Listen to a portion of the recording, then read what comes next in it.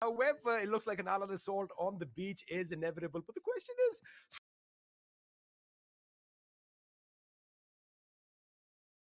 how are they going to make it out? It's going to be teamwork play. They're all going to have to come out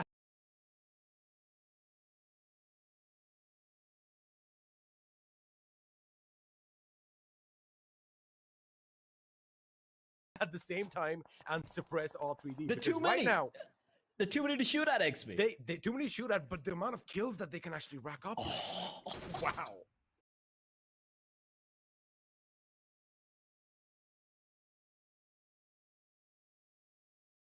I counted 15. They're probably more. They're probably more because I didn't count T2K. Who are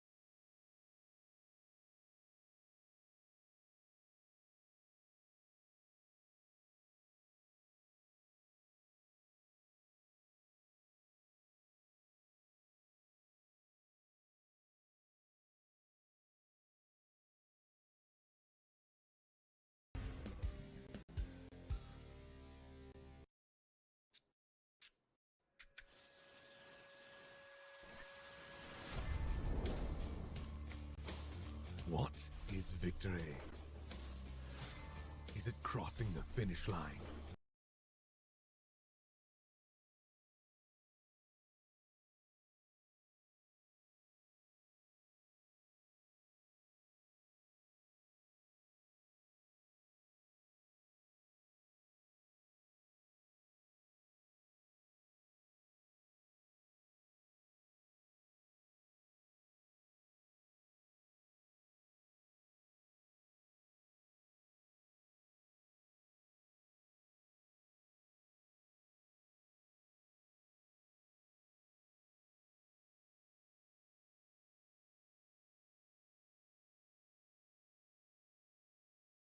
I hope that today the same rise happens. Otherwise, there's definitely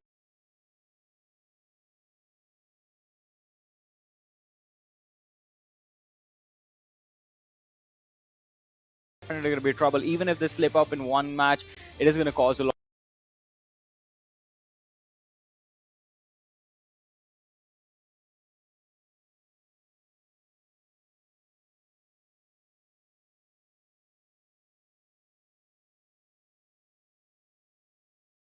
A lot of chaos for them. Oh, That's do you the thing, talk right? about Every slip-ups? match counts.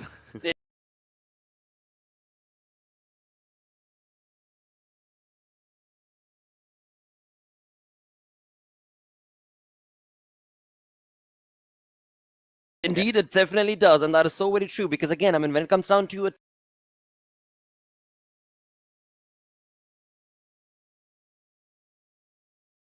team joining us from the Pakistani region, that's going to be I8, a team that has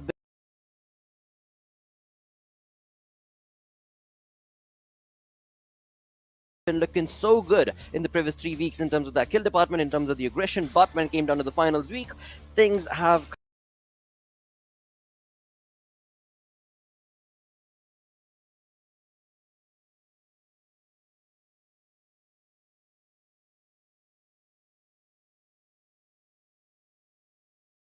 kind of been a bit of a hunky-dory affair for them. What do you guys think? I mean,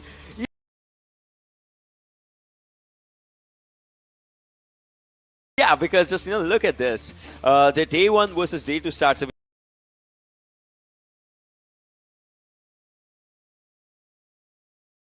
We just talk about, no doubt they had a really good chicken dinner yesterday as well, and on the first day as well, right? This team has a good chunk of chicken dinner.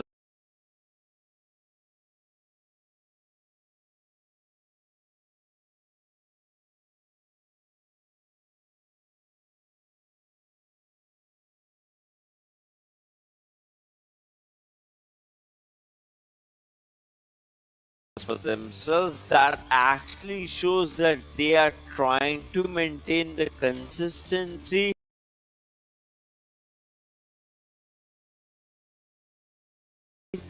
But as of now, it's not that big of a deal. But look at this, 1,000 plus damage versus 800 damage. It shows that yesterday they were trying to play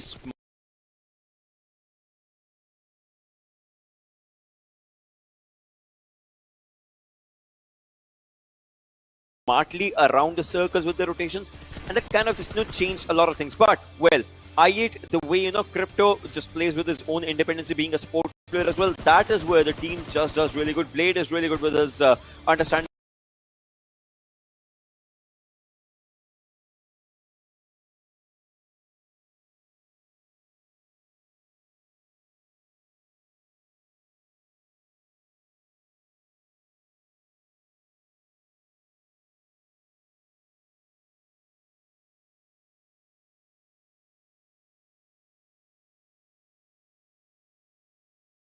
of those throwables. We saw a glimpse of it yesterday as well. So yeah, the lads are doing really good.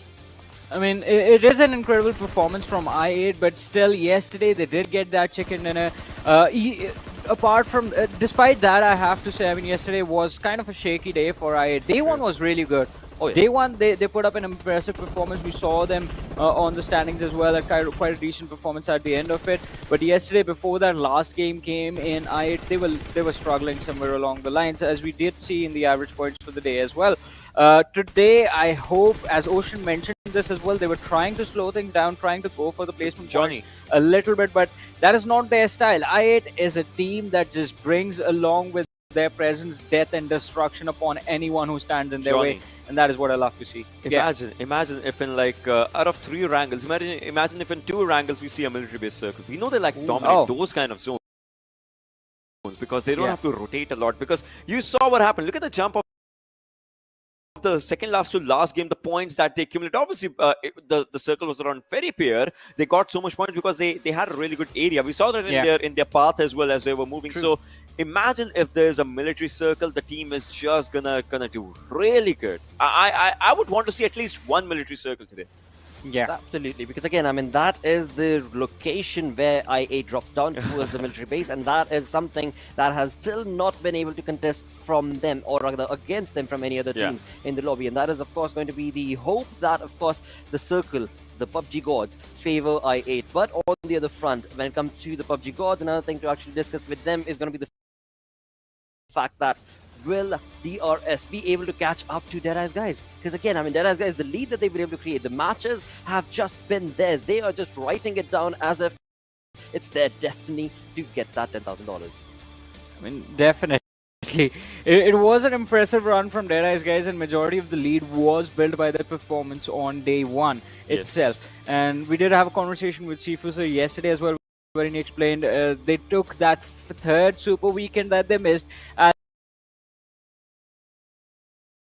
an opportunity to learn and work on their synergy, which is just looking really impressive. Yeah. Think about this. Right, yesterday obviously we had a conversation, but look at the difference in first 6 matches, day 1 versus day 2. Because of yesterday's few bad games, look at how their performance actually dropped down. No, they're still at the first position because, you know, a lot of chaos was happening in second, third, fourth, like all those positions. So they had that lead. But you saw the difference of points. First day, 17.3 point of an average for themselves. Second day, it just comes down to 10 point of an average for themselves. This actually shows if you know, even if you're at the top of the leaderboards, if you're having a bad game, and if that happens today, some other team would want to get up on top. And it's like, still they have their comfort zone, and they would not want to just, you know, remove this out for themselves. Because if this comfort zone just leaves them, that would be a big blunder. Imagine 2 days stopping up and the third day just going down. I mean, it's definitely going to be brutal, and I completely agree with you, because, I mean, even though they got a chicken dinner for themselves yesterday as well, it was that inconsistent performance in the next few matches that allowed DRS to close the difference. There is still like a 40-point difference. I believe it's going to be like 38 or 36-point difference between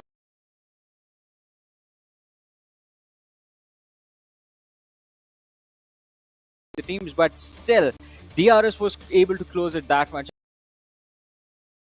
and that is something that needs to ring a danger bell in the eyes of Deadeye's guys at this point. They need to start going at it just like day one. Look at this, the last 3 games for DE. That's what I'm talking about, right? Yeah. The difference is not much in their own performances. Obviously, there's a difference if we talk about their performance in DRS right now, because DRS they're just a bit onto the backward side. If you just, you know, look at it. Surprisingly, when the first day started, right, DRS was at the top because of their first chicken dinner, but then DE started picking up the pace. Now they should not leave that pace for themselves, because even if it is slow and steady, they should be able to win the race. That rhymes. It's just working for them. It's definitely working for them. But along with that, what's going to be working for our viewers is going to be these wonderful giveaways that we've got set up for you lads. Now, for this giveaway to be yours, you have to, first things first, go on to Pubg Mobile Esports South Asia page. That is going to be critical, because all the codes are going to be shared for this perfect looking skin. The white rabbit org skin is going to be on that page. Pubg Mobile Esports South Asia page. So go ahead, as you can clearly see, every single day, and today being the final day, 100 of those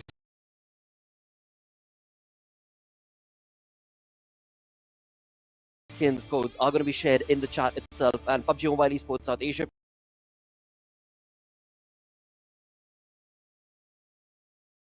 page, well, you do have to be on that page to be able to, of course, get a part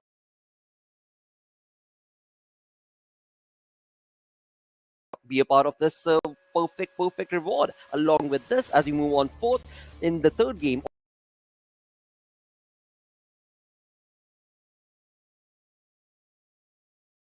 or around the third game, we will also have Q&As in the chat itself for which, once again, you are going to be rewarded if you get the correct answers. PMPL 2021 Fall Parachute. Look at that beauty right there. But to be a part of that, once again, you do have to answer the questions. But you ask, how can I answer those questions if the questions are not even in the chat? Dude, you have to be on Pubg Mobile Esports South Asia page. That is going to be so very crucial, and once you are on that page, do not forget to subscribe and click that bell icon, because it's not only for the final week. The rewards are going to keep on continuing. As you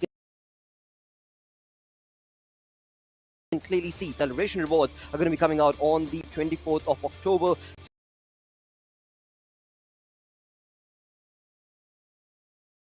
For that, of course, you still need to be part of that Pubg Mobile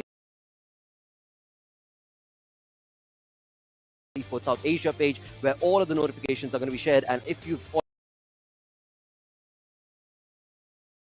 already clicked that bell icon, you'll get to know first. And if you get to know first, well, you get your hands on that perfect looking reward. But what a play this is going to be. What a day this is going to be. Quite a lot of excitement. Let's get our day started off. It is time to move on to our schedule, where we will be looking at the next 6 games, the final 6 games that are going to be played right here at PMPL South Asia Season 4. And to start things off, it is going to be Wrangle. So, Ocean, Warren, what are your anticipations from these regions on this first match? DRS, they should try and just close up on D. I want to see that happen from the first game, right? I want to see it happen from the first game. Yeah. I mean, so we have 6 matches remaining, and to get the maximum masala out of things, I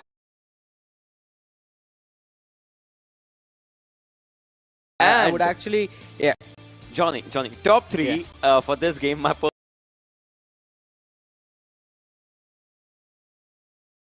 personal should be DRS, Zeus, T2K. Top 3 positions. Oh, yes, that would be good. I would like to throw Raw in the mix as well. Raw, I mean, Raw is doing good. Yeah. Raw is doing really good. But I wanna, I want these teams to just close in first. For T2K and for Zeus, it should be closing in on top 6. For DRS, it should be closing in on DE. So I believe, because look at this, the kill the average kill point is similar for DE and DRS. Where DE is leading is the placement point marker now. But Ocean, you know what the equation is gonna be like, right? For DRS to close in and for us to get the masala, DE needs to get taken out early, and that is going to be, well, it is going to be kind of weird. So if you're going for DRS, I'll go for DE. So, but on the other front, I mean, when you talk about yesterday's, you did actually talk about this as well. You did point that out, that yesterday's final few games for DE, they were just not favoring them, right? I mean, there was just a fall down from the perfect Cloud9 approach that they were on upon. But now today, as the day starts off, it's a brand new day, it's a brand new start, and hopefully they'll be able to get on that bandwagon and keep on continuing in terms of those points. But now, in a banter from our side, let's move on and have a look at the game that's implying. Let's move on to the Panda Bros, who are going to be Necro and Pain Fixes. Take you through this first game of the day. Well, the first match for the evening, and this is the final day, ladies and gentlemen, and there is no tomorrow after this. There is not a second chance that you can get. This is where you have to do it or you go home. And this is the day where the nerves are shaking, the hearts, they're beating faster, louder than ever. And this is the day where teams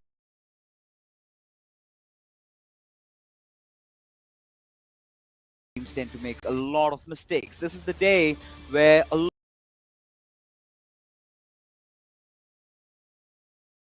lot of teams target a lot of different other teams. This is the day where a lot of teams that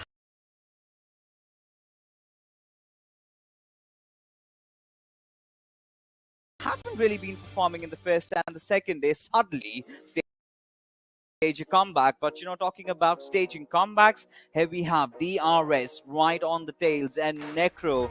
Do you think they can do this? They definitely can do this. I mean, especially even the analyst desk talked about it. That how those final 2 games, right, for Deadeye's guys, it has been kind of shaky yesterday, and that has helped DRS squad a lot to at least kind of catch up with the lead onto that Deadeye's guys that have put themselves up on. But still, I mean, today's day is going to be so important. I'm pretty sure today's day is going to be filled up with a lot of surprises, and I am personally going to be eyeing out for Zeus because now yesterday we do know how much or how well they've played and how well they've recovered as well.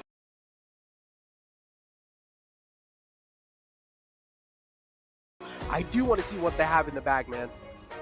I mean, 100% yes. Along with Zeus, a few other teams that I really want to look for, or rather I'm looking forward to in this particular map.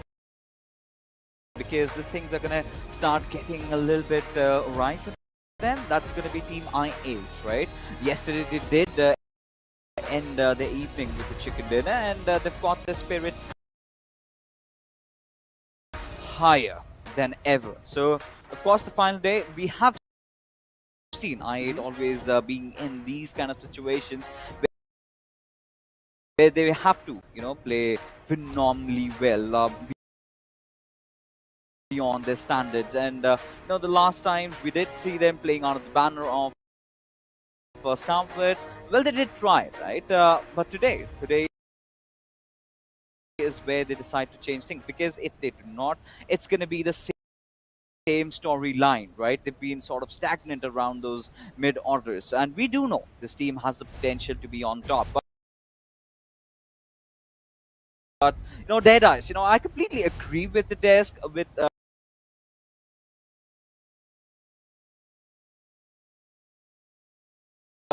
Deadeye's do carry that showcase tag along with them in the final day as they head along. But what we do have is an interesting first circle. I mean, you would have obviously wanted a military, but this circle, this also just elates my mood up, because so many things do happen. And this is one of those circles in which teams like DRS do thrive. Yeah, exactly. I mean, we do know in these kind of circles, DRS do like to take that rotation from above the Yasna Polnaya. But now I also do want to talk a little bit more about Deadeye's guys. Now, as you mentioned, how they have kind of like that choker's tag going in on this organization. I mean, it's pretty understandable how they've been playing in the past, and consider the fact that yesterday, the momentum, if you talk about it, in those last 2 games, Deadeye's guys didn't really do that great. And if you talk about the momentum shift inside this day, I mean, Deadeye's guys better pick themselves up, man, because DRS, they're slowly and steadily closing up on the lead. And if they do let that happen, that means Deadeye's guys will be wiping a lot of sweat in the end of the day, because they do not really want that to happen, right? Each and every single team, they want to make sure they have their own comfortable spot, at least in the overall rankings, in the top 6. Now, Zeus as well, they have moved up quite a lot. They're all the way up on the 10th position, including TDK. There's only 1 point difference between TDK and Zeus. Yeah, and that's the thing, right? And both of them had pretty much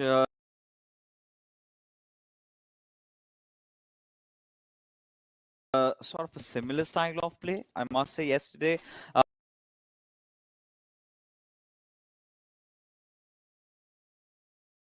where they were just going for those positioning points, and if they did get kills, then thank you is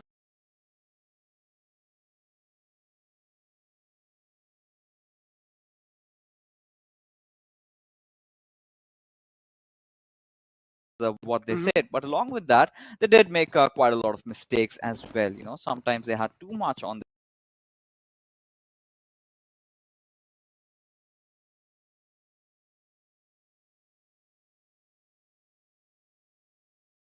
their plate. So the decisiveness was still missing from these two teams.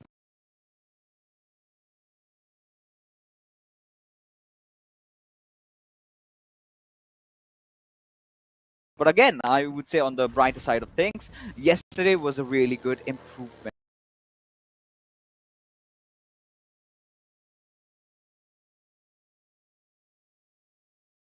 But they've got to do better than this. They've got to go bigger than this, to make sure they make it to the top.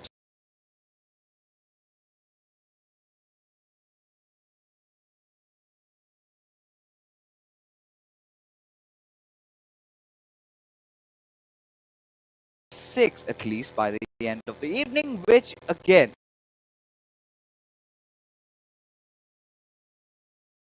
is a possibility, right? Because the difference is not too much. Now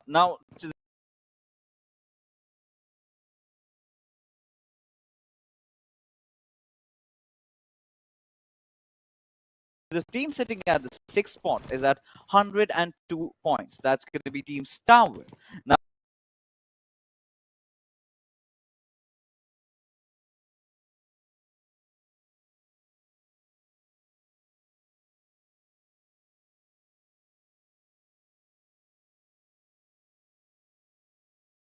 Now, if you talk about teams like Zeus and T2K, well, they're just 20 points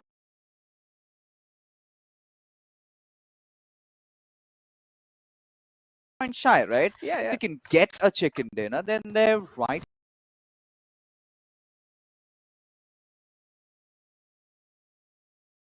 back in. But what I'm really concerned about is this. What I'm looking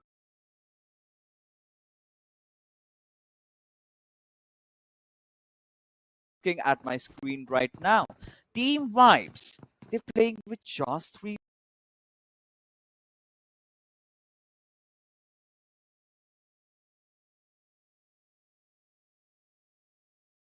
players, considering the fact that they're on the 3rd spot.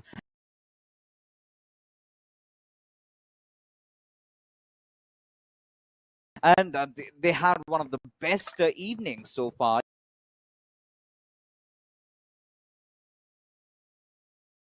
yesterday. Starting off with 3 players, that's not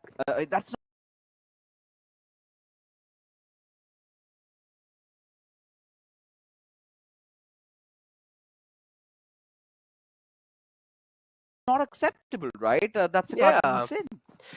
I feel like I've seen Vibes exactly play with 3-man roster as well.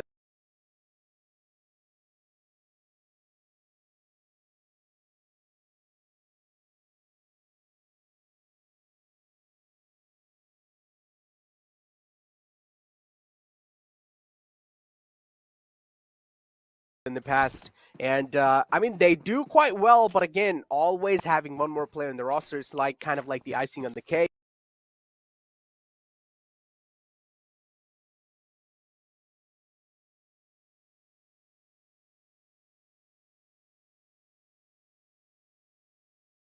But Vibes as well. I mean, they have played with just a 3-man roster in the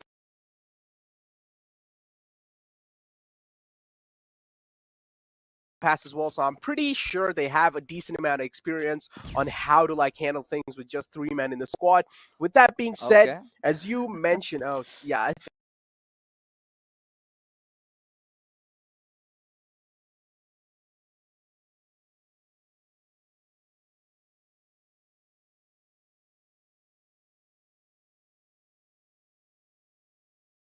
it was just a little practice fixes, it was just practicing stuns. It was like, all right,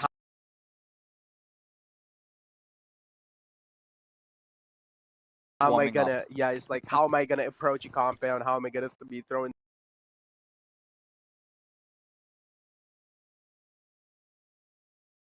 those stuns on the enemy lines. But yeah, now we were talking about Zeus and stuff like that. And Zeus, I mean, yes.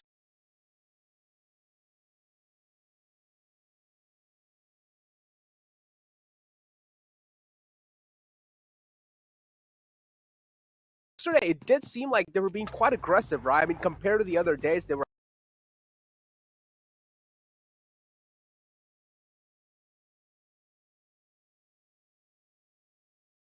how they were playing.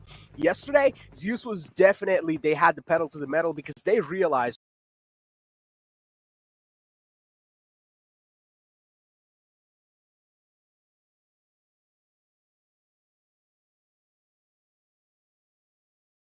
right? It was a do or die moment. If we're not really going to be performing today, well, then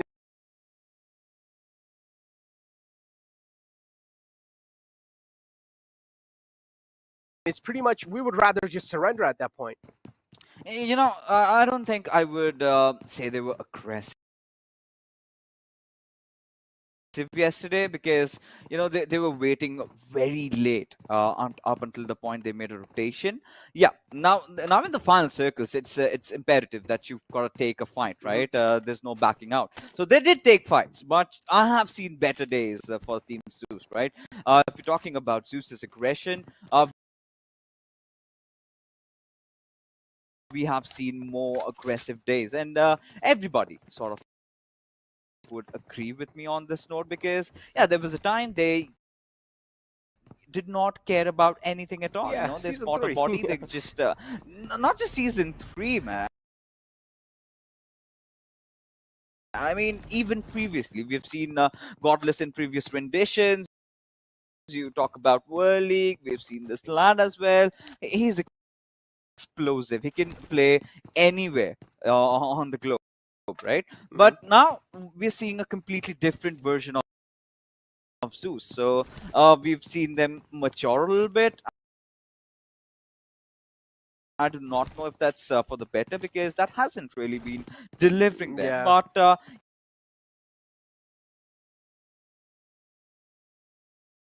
you know, the second day's resurgence from their side has certainly been good. It's a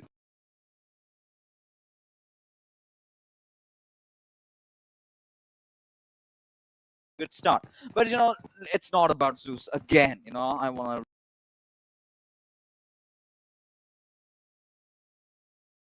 remind everybody watching over here, because it's also about the fact that look at the Nepali teams, right? The top 5 teams that we have on the overall standings are Nepali. So clearly shows how this region has taken the driver's seat, right?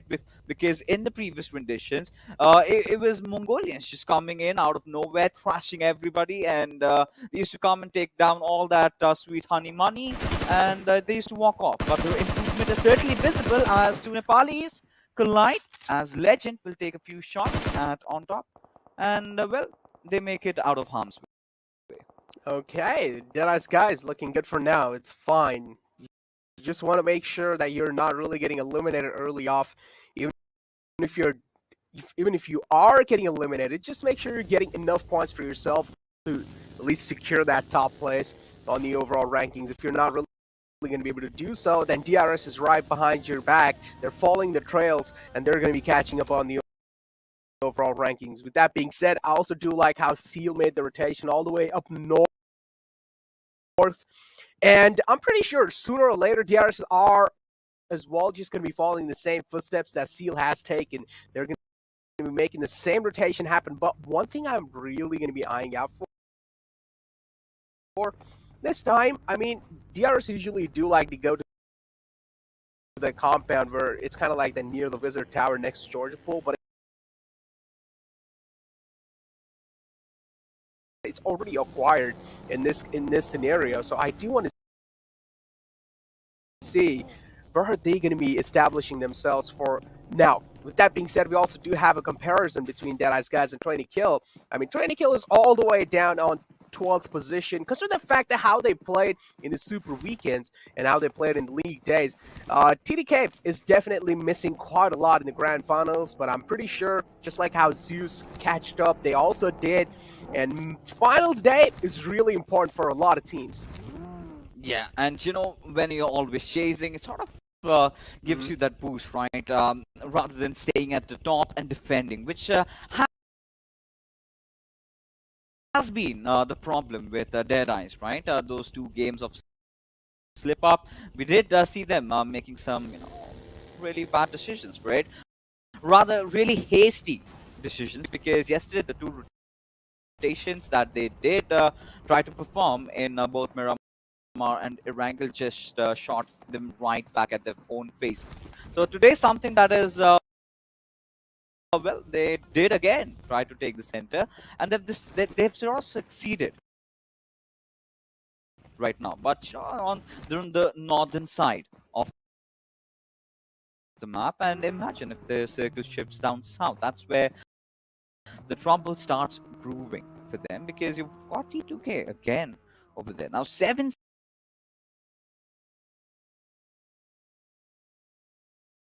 and Dead Eyes, well, they have a different story altogether. Look at them, in terms of kills, in terms of damage, it has been Dead Eyes ruling absolutely everything, and they deserve it, right? The way On Top has been playing, that has been so phenomenal. But I really want to see as to how Team Vibes plays this one out, because we do see that circle shift coming again, and this sort of does not open up a lot of things about where the circle is going to shift next, because both the sides, the northern and the southern sides, are sort of equally distributed. I think it's the next circle shift that decides the fate of all these teams. Still, I feel like Southern Side has a little bit more amount of land covered inside the zone, never and know.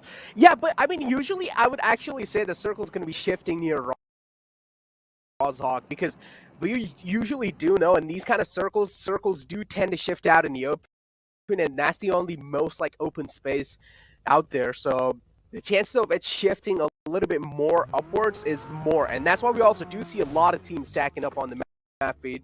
But with that being said, 7C now. 7C as well is one of those teams that this day has to be really important for them. If they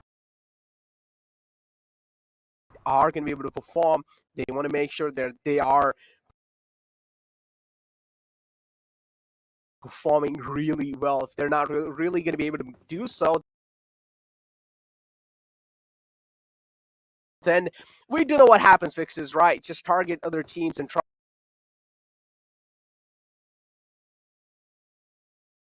and ruin their games. Yeah, I mean, that's something that's going to happen from 4th, 5th, and 6th game, because that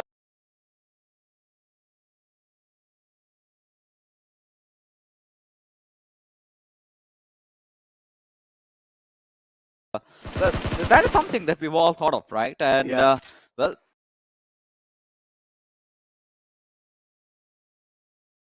Dead Eyes, they've spotted out their nemesis, DRS. Now,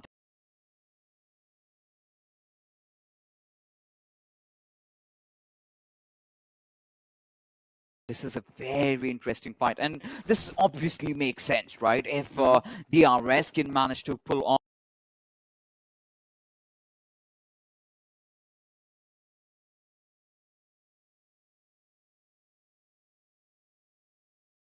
the surprise, if they can, wipe out Dead Eye,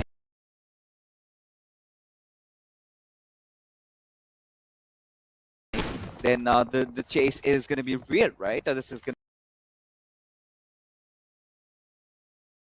to be possible again. Now, considering the fact that if both these teams have good games, then again, Dead Eyes is going to be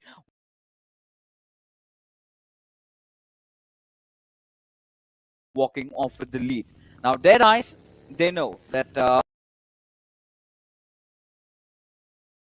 they've always choked in the past. Today is the day where they can at least remove this curse that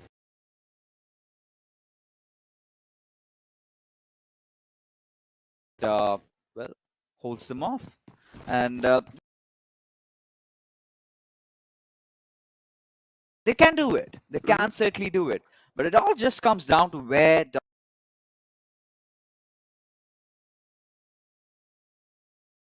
does the circle shift next? Now, Team Vibes missing out on Jiggle. I really do not like it, man, because this is one of those players that I would always would want to be alive in those 1v1 situations. He's got numerous chicken dinners out of that. I mean, this player is absolutely really phenomenal in those 1v1 skirmishes, and him missing out. Vibes have to completely change their game plan, which they do not like. But what we are witnessing from them is not a lot of movement. Saturday in the evening, as there you have it. Circle in front of us. So a certain shift, you say then? Huh. No, I'm still going with another shift. I want to know.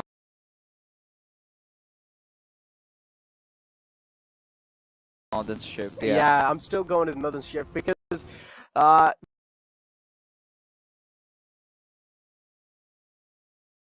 we have seen a lot of circles like this, and usually it pans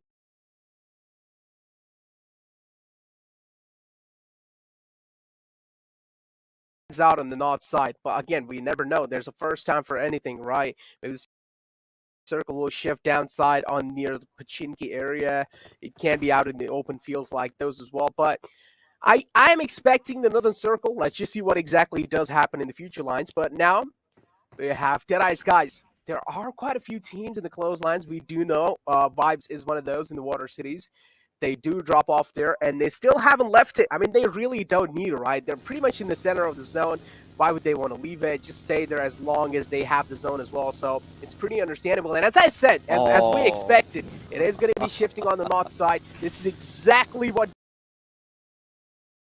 DRS anticipated as well, and that's a great position for them. But now all they need to watch out from is Seal, because they're making rotation all the way from north. And if Seal does make that happen, they're also going to be having a little bit more high ground over DRS, and that cannot be good for DRS.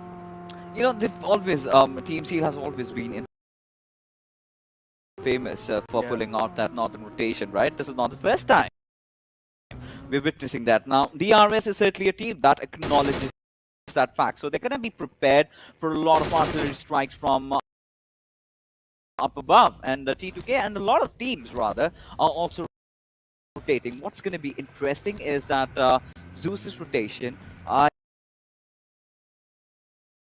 think they might be in collision course with them, but we have some 7C A1 esports battle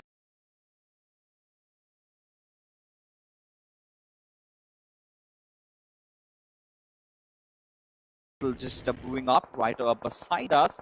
Have it, Memo does get that finish over there. And now high voltage and more trouble, but no, that's not happening, as Johnny and Uzum, both of them have been knocked out. Blade right out in the open and barely surviving with 30% HP as 7C. They are just man-hunting players of A1 esports now. Exactly, as you mentioned, hunting players down, and that's what they really need to do. That they have realized the final day, you might as well go out with a banger, and that's what they're exactly doing. High voltage now, they're on a charge against I8. They have left a few players behind. They're like, all right guys, we're really sorry we can't get you back up on your feet. Instead, we're going to make sure we're going to be securing a few more points with those positioning. So that's why Crypto and Blade take a lead from this compound.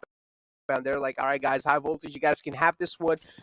But unfortunately now, missing out on two players, that's a huge mishap as well for them. Now, I do want to see how I8 is going to be playing the rest of the game, because they're already handicapped in a bad way Yeah. And inside the first game, I mean, especially in the final day, you want to make sure you're having at least a good momentum up forward. But this is how 7C, yeah, this is how they took out one player of Avon Esports. Nine Boy was the man, and then later on, another player was there in the close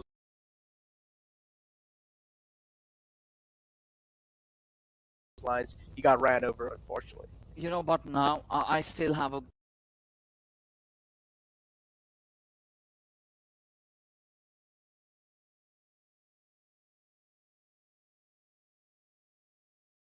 feeling, right? It can go either ways. I still have a hunch that maybe the circle might shift down south because, well, that, ladies and gentlemen, has happened, and I'm pretty sure most of the viewers are not newcomers. They have seen the previous renditions, and we're privy to such sort of incidents occurring. And it's the final day, you know. And what is a final day without a lot of masalas being added, you know, just to spice up the final dish that is brewing up, as we see quite some traffic building around the western areas. You know, R3D, 7C, A1, Future Station, everybody just closing in from the west. Now, Clarity Blue is one of those teams that does have the compound. They really need to hold it strong, as LA spots out the players of A1 Esports again, and Choi got on really low HP. He falls down, but gets you fair.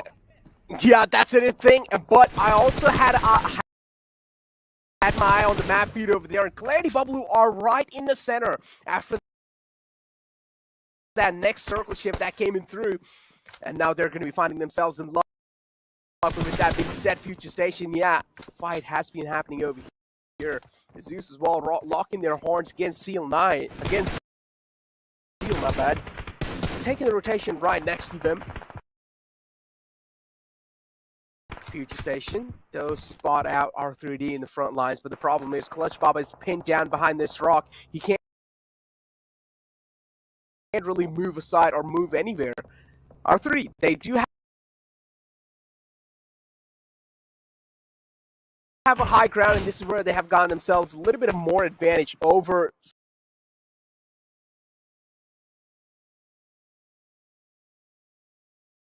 Future Station 1952, but they also need to realize that they're outside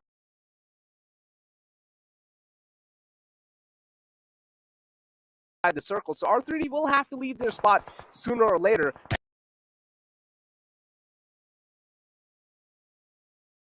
And try and make it inside the circle. Oh, well, they certainly have to.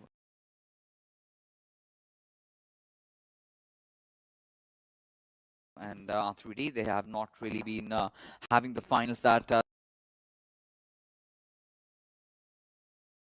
they dreamt of. But Seal, there you have it. Oh, almost missing out a Joker.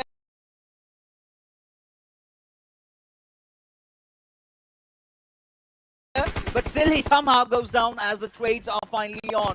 Raw versus Seal.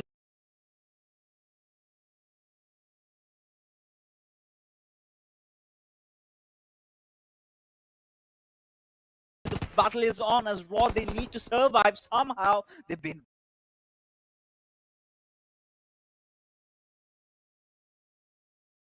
doing really great in terms of positioning, and Wale, he's got to cook up that grenade from the stone that he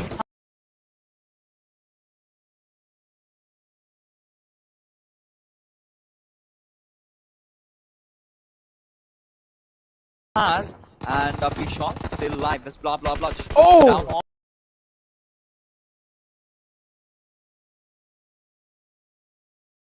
onto it, and as Wale is taking quite some hefty amount of damages.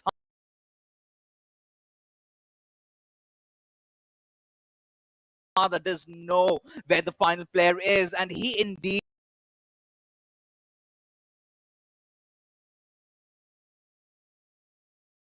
is also the final player, surviving. Nates being exchanged, and Sada somehow but still very low HP as Wale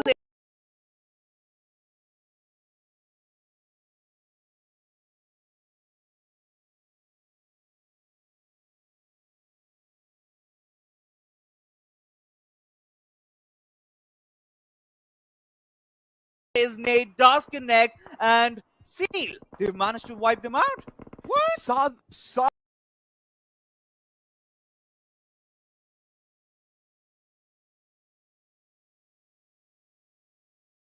ran into Wally's nade fixes there. Yeah. He thought that the nade was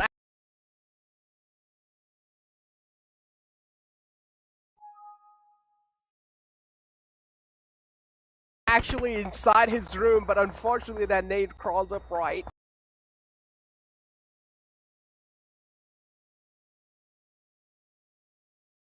Outside, and he walked up straight in the nade. That's so unfortunate, but with that being said, now IA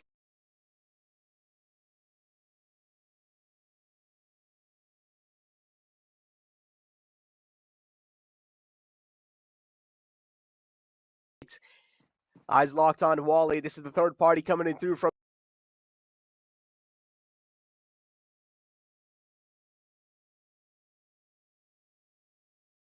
these last only 2 players alive from Hyde. We did see in the past Johnny